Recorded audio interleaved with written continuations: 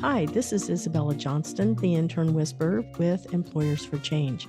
Today's Intern Whisperer tip of the week is about upskilling. Upskilling is the process of elevating existing skills to the next level. Typically, upskilling occurs along with a set career path and gives employees clear opportunities for advancement as they level up their skills. Upskilling can include soft skills, or what we call power skills, that can be advanced and specialized to fill workforce skills gaps. So what that means in the shortest terms is that you want to be able to think about not only the certificates that your people need to earn, but how can you get them to work together better for collaboration, for communication. And that would be one answer is peer and reverse mentoring, along with servant leadership. The more you focus on getting your people together and helping them to learn from each other, you will see an accelerated work ethic and culture and engagement with your own people. So welcome to the Intern Whisperer. This show, I'm so happy to have Sabrina Greenwood-Briggs with Sabrina Louisa Consulting. She's going to tell you why that name is the name of her company, but I'm very glad to have you here. Thank you so much. Thank you for having me. I'm so excited to be here. Yeah, how we got connected is through my trip to Boston, but we'll save that for a little bit later. I always ask my guests the same question. What are 5 words that you would say describe who you are, that you would tell people, and why those 5 words? Sure. So they are creative, empathetic, efficient, independent, and passionate. And I would say those are probably the best words to describe me, because I try to bring everything I am to what I do. And I believe that human resources actually requires all of those components to be successful. So I've honed all those traits over the years, and I think they really are the best descriptors of who I am. Yeah. Creative, I think that in HR, I like to kind of break them down just a little bit Yeah. too. I love the fact that it's creative because people are complex. We're like all a hot mess. And it requires, that you have a creative mind as well. How are we going to get this to happen with different people, right? Exactly. And I never used to think I was creative because I tied it to the idea of artistic, until I was having a conversation with someone, and I commented that I wasn't a very creative person, and they stopped me and they were like, "I don't know how you can think that, because you came up with some of the most creative solutions around our company and our people." And I kind of stopped and was like, "Wow, I never put those two together." And then I was like, "I like that." And I embraced it. And it's one of the things I'm most proud of in my practice, that I can come up with creative solutions for people. Yeah, I agree because as I said, complexity, right? Human beings are so complex and everybody's trying to get their way or whatever, or convince and persuasion and all of those variables that come into just being humans. So you become that mastermind that can make stuff happen. And you got Yeah, to think exactly. super fast. Yes, that Yeah. is true. So your second one was empathetic. Yes. Why do you think that one? I've always been empathetic. I'm someone who cries. If someone else cries, I feel what other people feel. And I really believe that that's a great trait in a human resources professional. It's probably one of the worst as well, because you internalize all the stuff that everyone goes through. But I think because I do, it drives my creativity. It drives me to come up with solutions, because I can understand, and in that sense, actually, what both sides need and what both sides are going through, whether it's the employee that needs an accommodation or the company that has to make a hard decision to downsize their work staff because they lost a big contract or whatever. Being able to bring those pieces together because I understand where they're coming from is huge. That's a very good example. So your third word, I didn't get it down in my notes fast enough, so I'm going to need you to guide me there. Okay, I think it was efficient. Oh, yeah. I had passionate. I had that one also. Yes, that one was my last one. Yeah. So efficient. HR, we're all about processes and efficiency, right? So measure, measure, measure. I would say that's probably why, but I don't know. Is it? So when I was younger, I used to say it was because I was lazy and I wanted to be able to sit around and read my books. And what I realized was it wasn't lazy as much as it was not wanting to waste my time. I wanted to be efficient at what I did, so I had more time to do the things that I loved. I also read the book Cheaper by the Dozen when I was a little girl. And the original story of that is about a man whose entire world and job is around efficiency. And the concept of efficiency just really took hold in my head as a kid. And I worked it into my world in a way that I try to do everything efficiently. That's good stuff there. Fourth word? That one was independent. Yeah. I was like, what did I say? Independent. Yeah. I'm an only child, and so I had a bit of an independent childhood in that sense. I didn't have siblings around. My mother was an entrepreneur. My father worked in her business. And so I was often left to my own devices. And it made me a lot more comfortable in my own company, I think. And so I developed that independence and I travel alone, I go out alone, but I also worked really well as an independent HR person inside a company without a team because I worked at small enough companies that they didn't need multiple HR people. And I think it was a great learning experience to not be afraid to just go out and do anything by myself. But I'm also an independent thinker. That one has a duality in it. And I tend to think outside the box, and that, like my creativity, right? It all drives home in the same realm of not doing necessarily what the next HR person down the road is going to do. What I like that you said just a little few minutes ago is that your mom had her own business and your dad worked in there with her.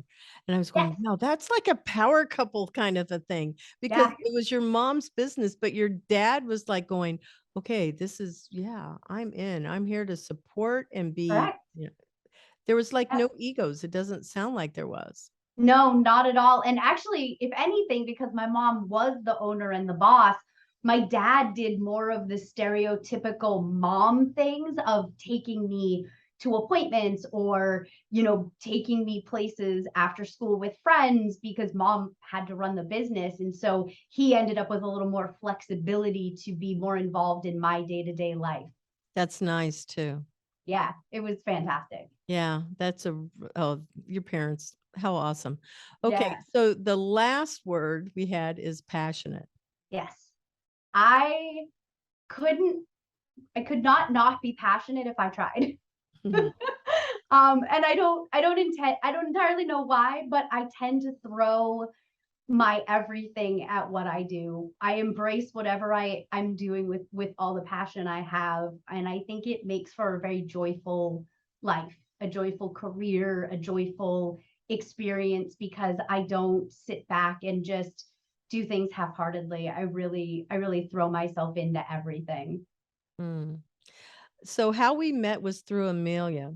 But when you and I talked, I was looking you up on LinkedIn. I went, oh my God, she's SHRM certified. We're definitely going to talk about that. Yeah. But you also were from California, which has some of the most strictest, I think, HR, guidelines. So I would like you to touch on those when we go, okay, how did you get to where you are now? You can start anywhere you want because obviously you shared some really cool things about when you were a kid. But it can be from high school, it can be from college, wherever. Yeah, so I really started in HR like on the path after high school. After college. I went to school to do public relations and communications. And I ended up doing an internship at a film office. And because of that, I grew up in New England, was in school in Boston. I left home 2 months after I graduated college. I drove across country to Los Angeles to work in the movie business. Holy, And I did. brave. Yeah, it was phenomenal. I did production work. I worked behind the scenes for a while, but it was really hard to get into the industry, not being from the area, not having a lot of connections. And so I actually applied for a job as an administrative assistant to a television executive. And this was my entree into HR. I went into the interview. The recruiter told me that I was phenomenal. She thought I would do a great job, but she couldn't send me upstairs because I was not a 6 foot tall blonde with big boobs. Oh my God. Yeah, she said that to my face. And I was like, oh, what? And she Wow. was like, That kind "Okay." of broke all of the things that, well, I don't know, maybe in that industry though, it is a job requirement, right? Because that is the character they wanted to have. For that man, it certainly was, because that's what she said. She's like, there's other positions, if they were open, you'd be great for. And she goes, just like we have the same role for him in our HR department, working for our two female executives in that department. I'd really like you to meet them.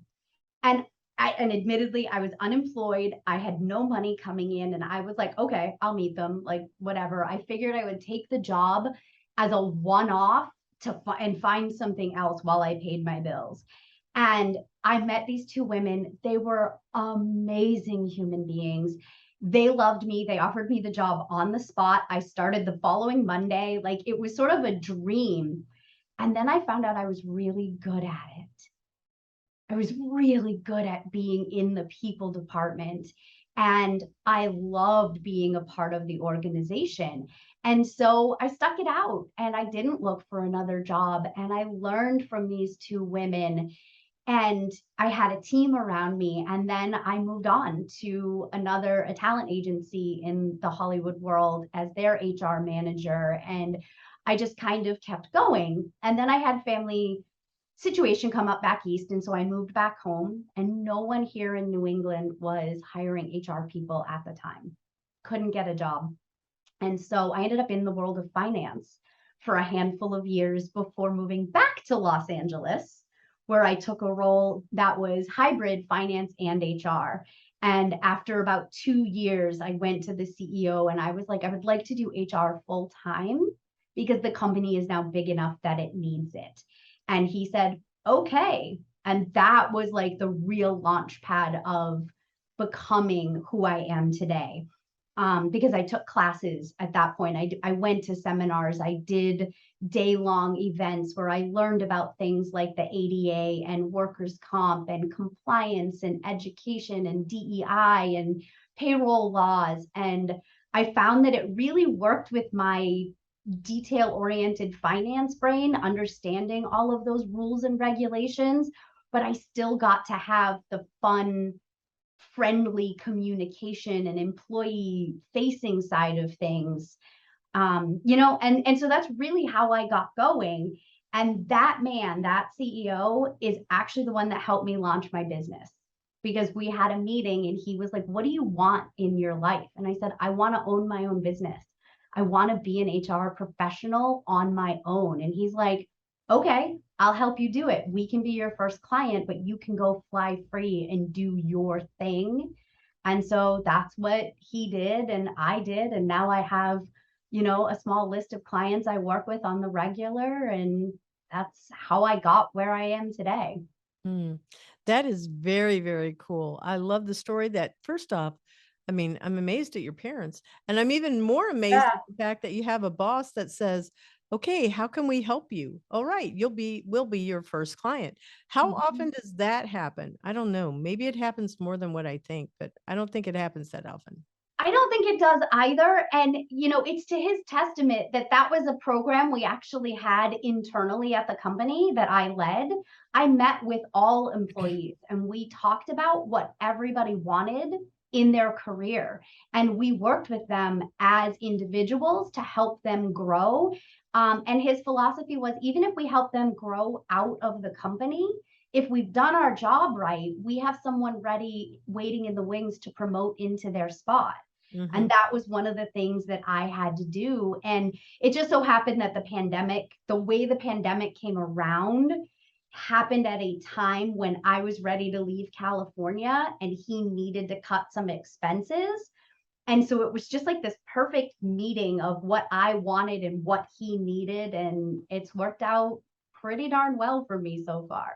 So is he still your client? He is. Yep. Over 2 years, and we signed a new 3-year contract. Very nice. And you do Yeah. it distance because you and I Yep. met in Boston. No, we didn't meet in person in Boston, but you're No. in Boston, right? I'm in New Hampshire, just north of Boston. Yeah. Okay. Yep. He's in the Southeast. His company's headquartered in Texas, and he has people in 14 states. That is awesome. Yeah. He's Pretty in cool. the Southeast. You mean he's here in Florida, like in Florida? He's in North Carolina. Oh, okay. Yeah, that's Southeast still. Yep. Yeah. So Yeah. distributed, remote, all Mhm. of the things. It's hitting all of those things. Yeah, it So is.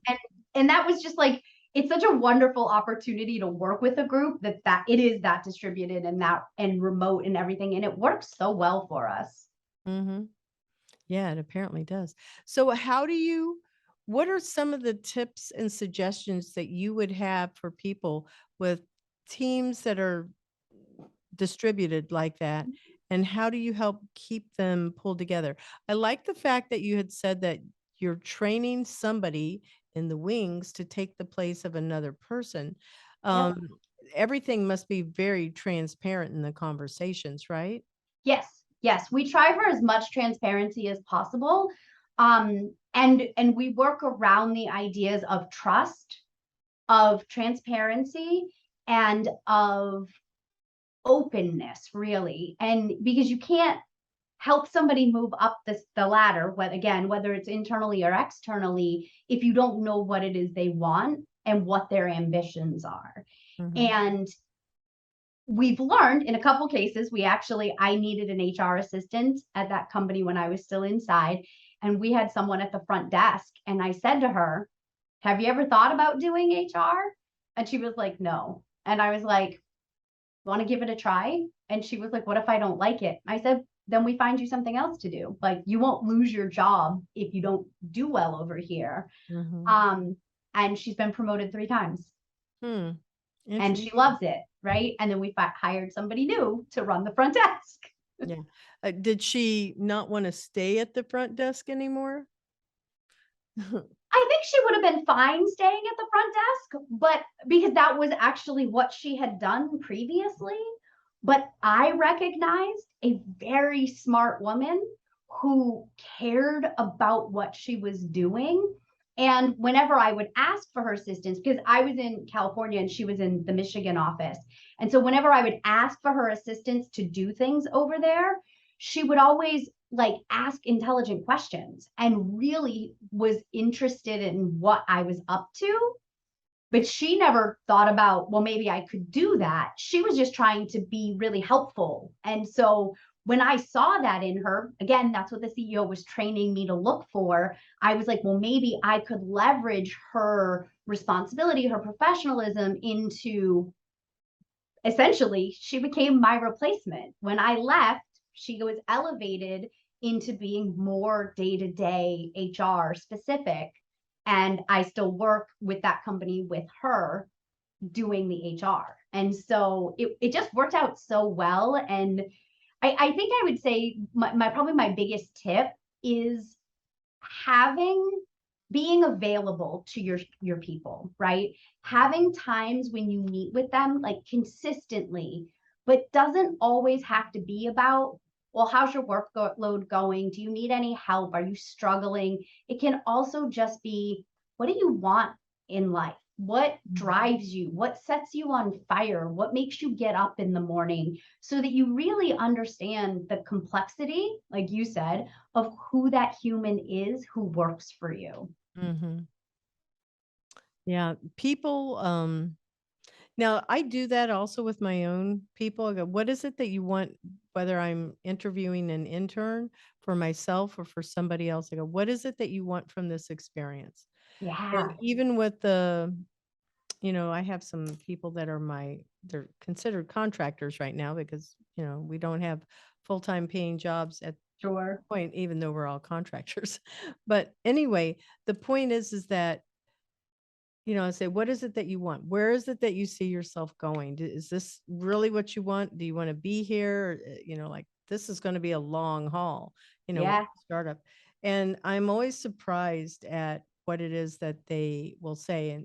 And I've had 5 people commit to me, and here we are, like they've been throwing in hard with sweat equity, and 4 of the 5 are at 4.5 years, and then the other one is at 2. That's amazing. And that right there, that's proof that being invested in your people works, right? So that company I was talking about, their average tenure is closing in on 10 years now. There's a huge chunk of people in that company that have been around over 15 years because they invest in their people. They listen, they take an interest in, and really, truly, they've done so much internal promotion. Like there were people that I started with that we all started as junior level people, and most of them are VPs now. Like it's just crazy how well it works when you really truly invest in the people in front of you. So this was not on the list of questions, but I have every Okay. confidence in your ability to answer this because first off, you came from California. Yep. Secondly, you're SHRM certified, and you can tell our listeners what SHRM means also. But unlimited vacation, what Yes. is that? But let's talk about SHRM too, so that people have an Sure. idea of where your expertise is. Sure. So SHRM is the Society for Human Resources Management. And I I got the senior certification. I never cared about certifications. I'm not educated in human resources. I have a degree in communications. But I took, like I said before, I took a lot of classes. I went to webinars, I went to seminars, and I did my job every day. And I will not be afraid to admit it. I had a proud moment. I hired a young woman to be my HR assistant in California. And she was studying to get her SHRM certification. And she'd only had a couple years in HR. And she looked at me one time and she was like, "You're not certified?" Like it was this thing that I should be certified if I was going to be like the head of HR for this company. And I will freely admit that I let her get to me. And so I signed up to take the exam, and I did some studying. I sat for the exam and I passed the senior level certification. It was kind of on a whim, which I don't always like saying because people are like, it was a whim because it's not an easy test to take. But I had 12 years of experience in the business before that. So I just knew a lot of the stuff from having done it.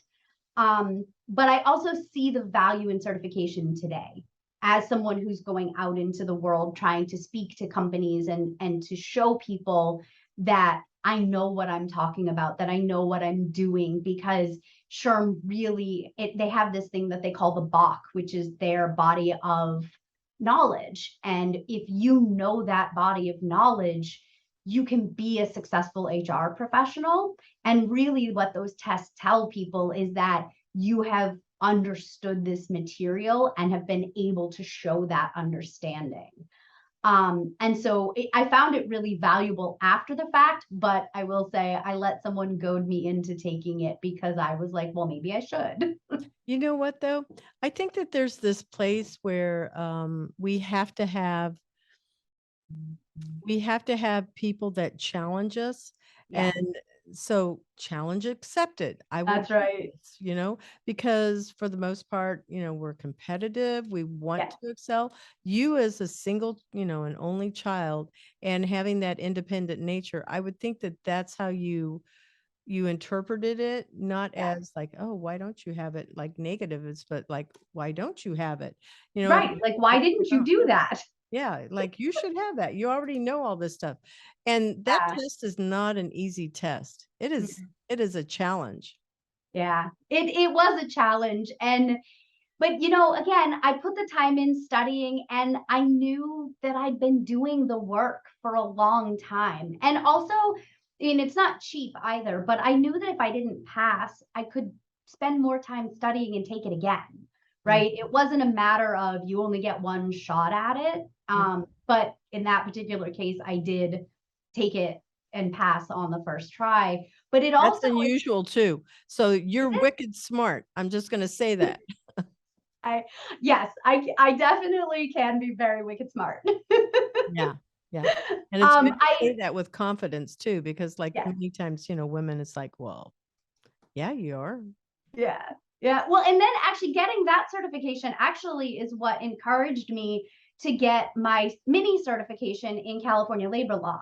Once I had done the larger certification process, I was like, it probably wouldn't hurt, especially going out on my own in my own business, to show people that I am an expert in California labor, and that it gives me that leg up of dealing with companies that have people in California. And today, only one of the companies I work with doesn't have at least one person in California. Mm-hmm. So I've had this conversation with a couple of my HR interns, Mm-hmm. and they'll say, "Oh, I want to go to school and get a master's." And I said, "No, you don't need to go to school for a master's in HR. What you should do is go take that SHRM, go study, take the SHRM test. It's going to be way more valuable. It's going to get you in the door with that because that is bigger and better than a master's." Yeah. That's my opinion. You tell me what you think, though. I agree with you. I think possibly what's driving some of their desire is when you look at a lot of job descriptions now, they say they want HR people with a master's in human resources. Mm-hmm. And what they really want is someone with master's level knowledge, Mm-hmm. not necessarily the piece of paper, right?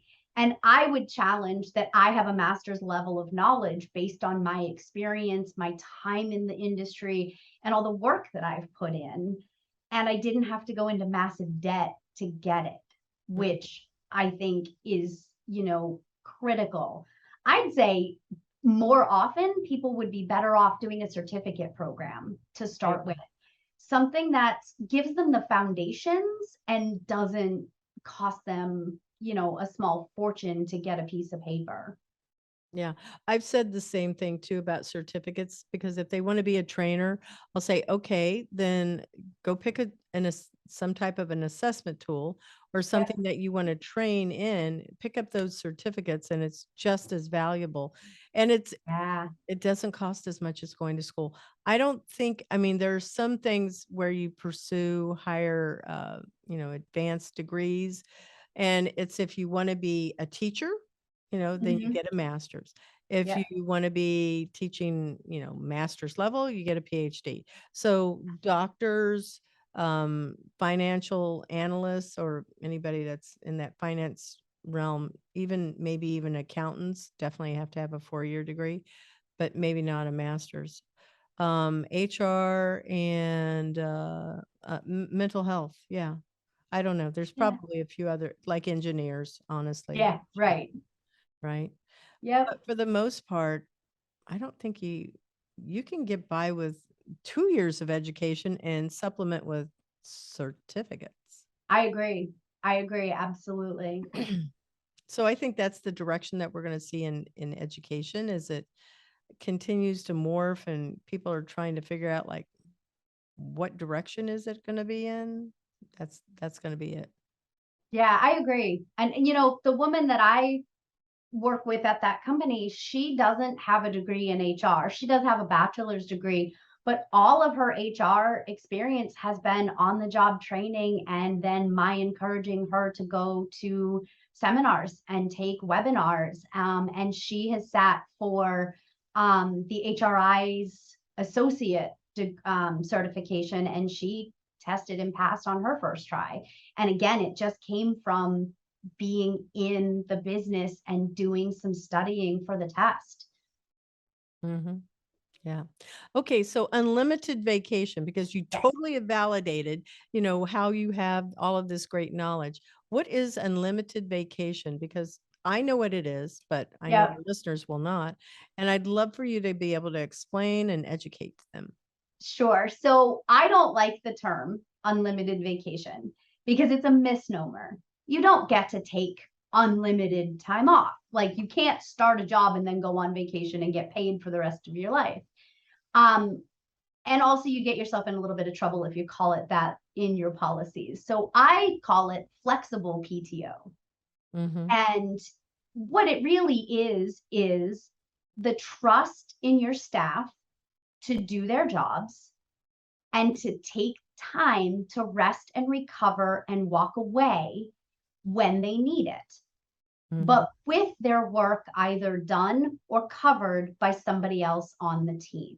Mm-hmm. Mm-hmm. And so I had rolled that out actually a year before I left that last company. And it was one of the best programs the company ended up doing because people take time when they need it. Something surprise comes up, they take a day off, and nobody worries about, oh, I took a vacation 2 months ago. I can't take another one today or another one this week. Yeah, you can. Mm-hmm. And a lot of times, what it has turned into as well, which is something that I used to do personally, was I would go on vacation, but like I still had to do payroll, right? Because you can't not do payroll. People want their money. And so I would say to my boss, well, I'm going to take some vacation, but I'm going to check in on Friday. I'm going to answer all my emails. I'm going to run payroll, and then I'll be back out for, Monday, Tuesday of next week.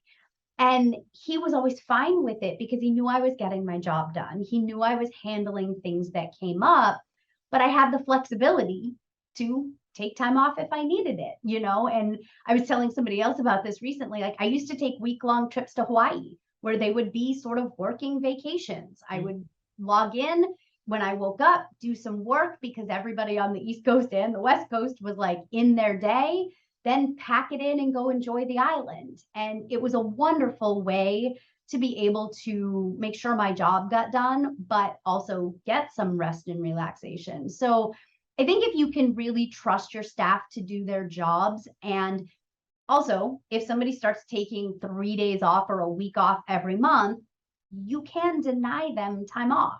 Yep. That is part of it. The plan is written, or can be written, I should say, specifically to say, all time off has to be approved in advance. If it's more than 5 days, it has to be approved, escalated up or whatever the process is, so that there's parameters around it. And if somebody's work suffers, then you can work with them on that side of it to make sure that they understand how their time off has become a detriment to their role. Mm-hmm. I agree. What about quiet quitting? Personally, I do not care for this term at all. No, I hate the term. I sit here and go, I think people make these things up just to be able to be controversial. And I sat there and went, no, that's just called I'm done. Right. Not working. I'll see you in the morning. Yeah, it's called doing your job. Yeah. Yeah, exactly. And I do think our culture has gotten into that hustle, mindset. I mean, but I don't know. I guess if quiet quitting's a thing, I've been quiet quitting my whole life because I have, for most of my life, I have had a pretty strong boundaries around my start time, my end time. And like, I never put my work email on my cell phone until I started my own company. I was very clear about if I'm off the clock, there's nothing that you need from me. Like there's nothing I can do outside of business hours anyway, right? Health insurance companies are closed, payroll companies are closed, government entities are closed. Like I can't help you outside of business hours, and really the only exceptions were the C-level staff. If they needed me, they could call me, but I wasn't answering random emails on nights and weekends. And people respected that. And I got my job done, so it wasn't an issue, but it also certainly wasn't quiet quitting. I started as an entry-level person and I left as the head of HR. Like, you don't get promoted if you are quiet quitting in your career, right? So that term just sounds so like they're dissatisfied that they have no joy in the job, that they're always going to be on the fence, I'd go, no, I don't even, I'm going to research this to find out who coined that phrase, this person, because I really would like to ask them why. Yeah. Just why. I don't think it represents what people are talking about at I all. don't think so either. It's about boundaries. Exactly. That was the word, boundaries. It's just having boundaries, because when you work, remotely, typically it's always supposed to have been that, well, yeah, you can work remotely, but your 8-hour day now becomes 10 because you're doing stuff outside. So you might end up working till 7 o'clock at night because you spent 2 hours at the grocery store and taking your kid to the doctor. Right. So, yeah. My favorite part about working remotely was that I could throw a load of laundry in between meetings or do some dishes to get away from my email for a little while. It helped clear out the cobwebs to not be staring at the computer for 8 hours on end as well. Oh my goodness, so much. Well, I want to make sure that I'm moving this along because I'm just Okay. going, oh goodness. This was not even on the list, but that's okay. It tied into your expertise for sure. So a favorite quote that you live by, what is it? Sure. It's an Eleanor Roosevelt quote. And then I wrote it down so I would get it exactly right. So I'm going to read it. I'm going to see if it's mine, because mine is I did not ask you this. Is it no one can make you feel inferior without your permission? It is not, but that is one of my favorites of hers. Yes. This one is something I lived by before I even knew that she had said it. And so when I found it a few years ago, I was real excited. It is not fair to ask of others what you are not willing to do yourself. Mm-hmm. And I've always been that way. And I've said that to the woman that I've worked with at that company now for over 6 years. I will never ask you to do something I'm not willing to do. That's just how I am. Yeah, and willing to do is different from having the ability to do, because Yes. I can do a lot of things. It's just that I may not be able to do it. Like, I'm not a programmer. So Right. yeah, I'm not willing to do it because I didn't go to school for it. So I can't. Exactly. And and like I said to her, when I would give her tasks to do, I would say, look, I'm not offloading this onto you because it's a crap piece of task. I normally will split the load with her. I would say, okay, here's a pile of whatever. This all needs to be filed. You take this half, I'll take that half. I very much believe in that equity. And when I found the quote by Eleanor Roosevelt, I was like, wow, I had no idea that she'd actually said it, but it is very much something I believe. I won't ask you to do something I am not willing to get my hands in and do too. Is that going to be like that? That should be your screensaver behind you or something. It should, actually. Yeah. I've never seen it on anything anywhere. It was just one of those things I found in a list of quotes one time. Yeah, I do that too. I go through what are good. I looked at all of her quotes. I mean, that's one smart woman over there. Oh, she was such a smart woman. Yeah, so good. Okay, so hardest lesson. There's this place of where, those really rough moments in life and difficult decisions that we have to make, or whatever it might have been, is like, oh, I stole this from the store when I was 5. Like, you have to go back and make your kid do it. And that's just so incredibly hard, right? Yeah. Those hardest lessons, but they change your life. And you know that, like, for that example I just did, that kid should have learned, no, I'm never going to steal again, because they had to go take it back, right? There's shame that comes with it, and you want shame on some things. Yep. Yeah. Okay, so what's your lesson?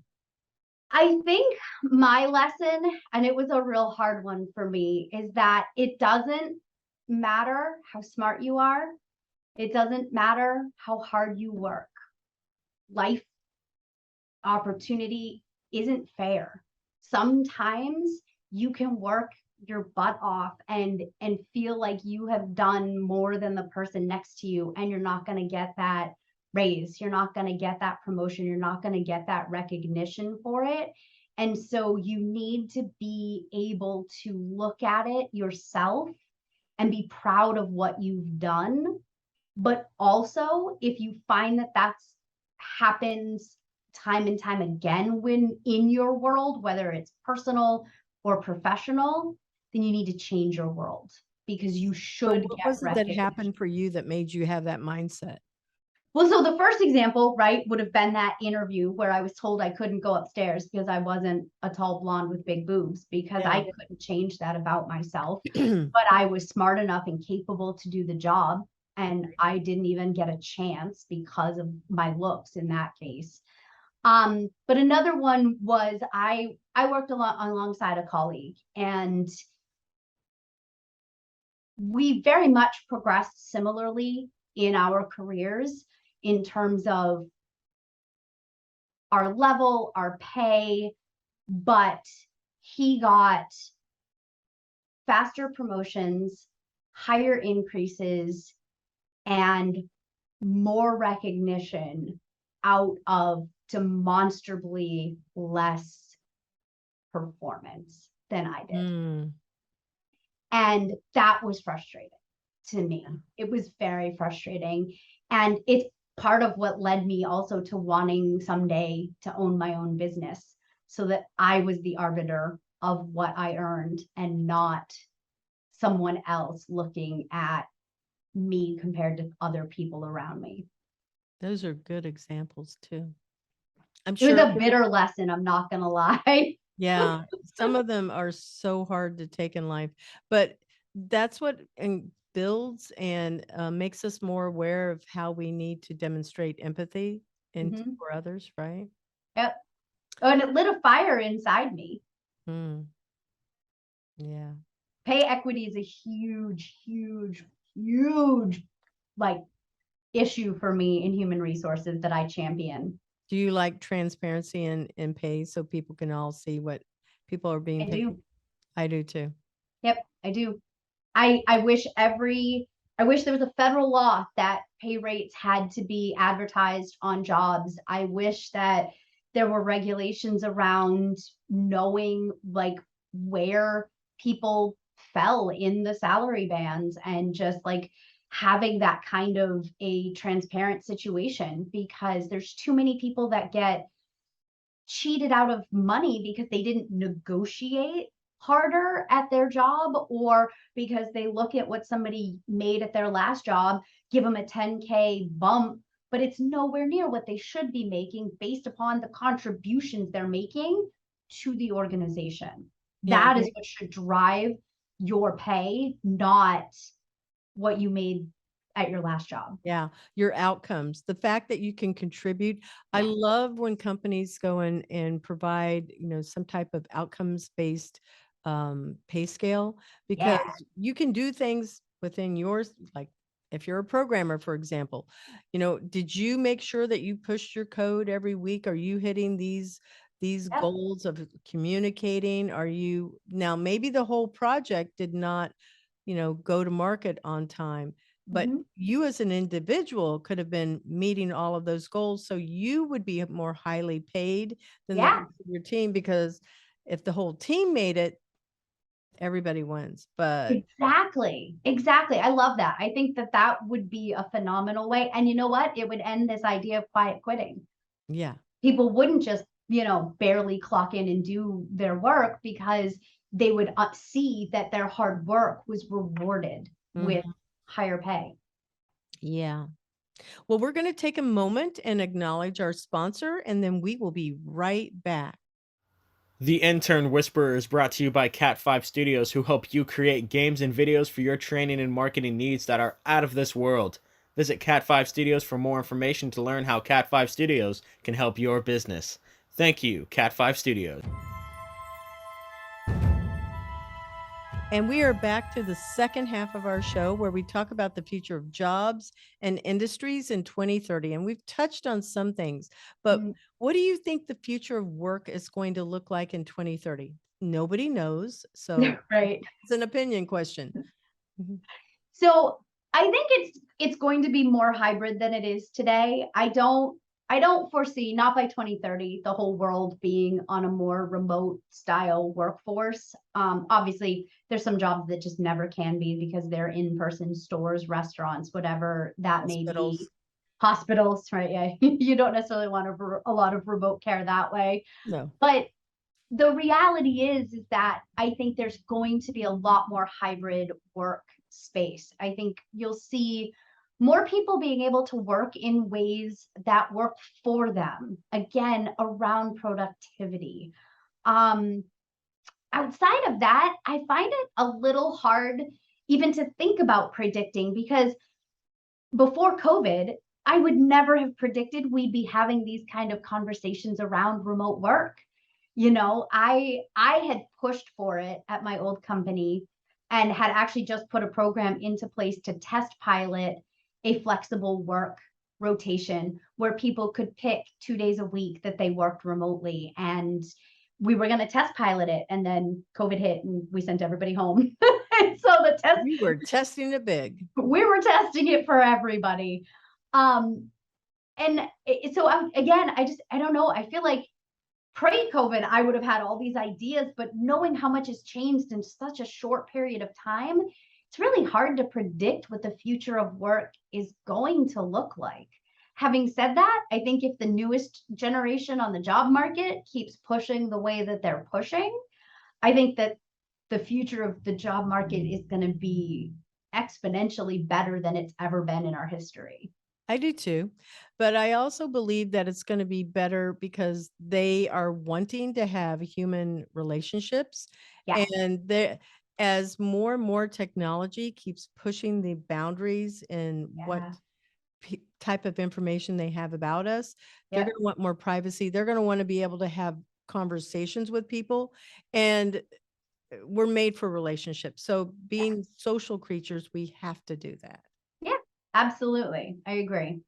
So yes, it'll go back to the hybrid, I think, where, yeah, you can have this. It will still have flexibility in the job, but I don't think you're going to be getting away from like a 4-hour work week. No, that's just not going to happen. How are you making $60,000 on a 4-hour work week?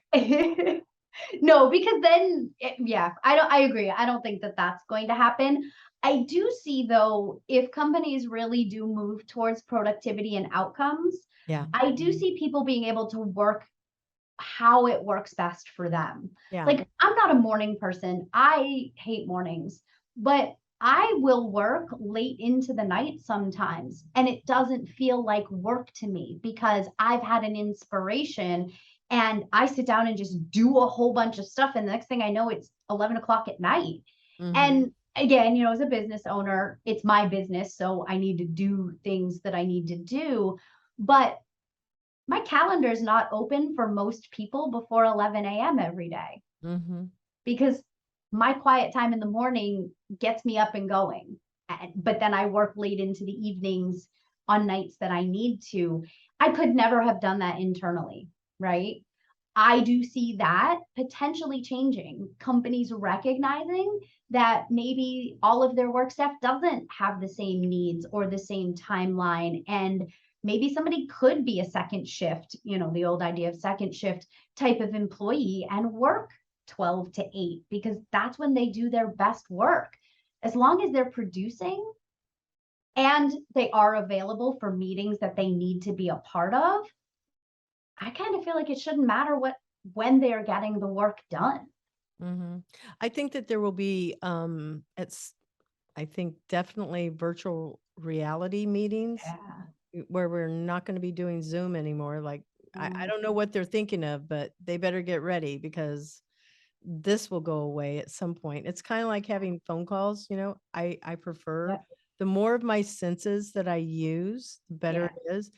And many times I like the freedom of a phone call because I can move around and I'm not stuck in a chair. Yep.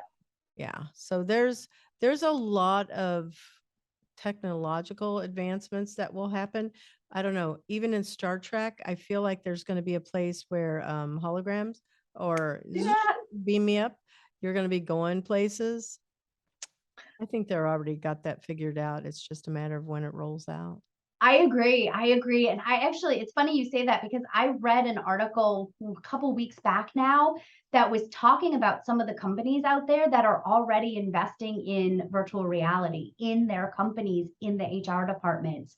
Like they're massive companies. And, I'm talking 20,000 employees, right?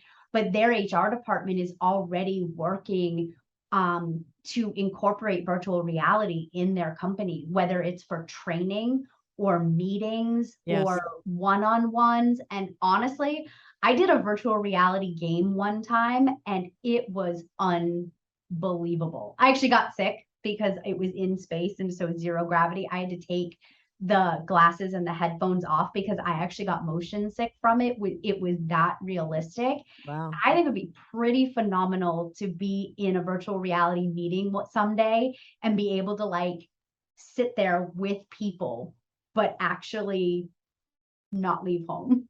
Yeah. I can't wait.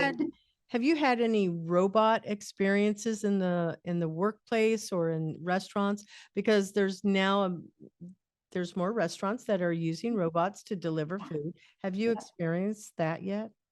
I haven't. I've only read about it and seen pictures of it. Although one of the things I found when I moved back here to the East Coast and once some of the restaurants started opening up, one of the things I found here that I hadn't seen in California yet, which I thought was a little ironic, right? Because California is supposed to be like really tech ahead, was restaurant menus with QR codes, but also restaurant bills with QR codes. I hadn't seen that out in Los Angeles yet, but when I moved back here, I saw so many places with it. And I frankly don't think I've paid a waiter or waitress in 9 months because I just scan the QR code and pay my bill without ever having to hand over my credit card, which, not gonna lie, I love that capacity so that I can't get my credit card data stolen. Well, yeah, at least not that way. At least not that way. Yeah. Right. It can be stolen in other ways, It can. Well, and like I remember, so the first time I ever encountered restaurant technology, it's a little off topic, but I have to comment about this. But I was in college in London for a semester, and I went to a restaurant called Wagamama's, and it's now a lot more prolific. But at the time, it was only in London, I believe. And they came to your table and you ordered, and they wrote down your order by number just on your placemat, but then they tapped it into a handheld computer device that transmitted it back to the kitchen and placed the orders. And that was in 1996. And we went from that in 1996 to today using our telephones to pay our credit card bills. Like, I love technology. I think it's amazing. And I can't wait to see like the next iteration of what technology is going to bring this world. Yeah. Very good. All right. Let's see.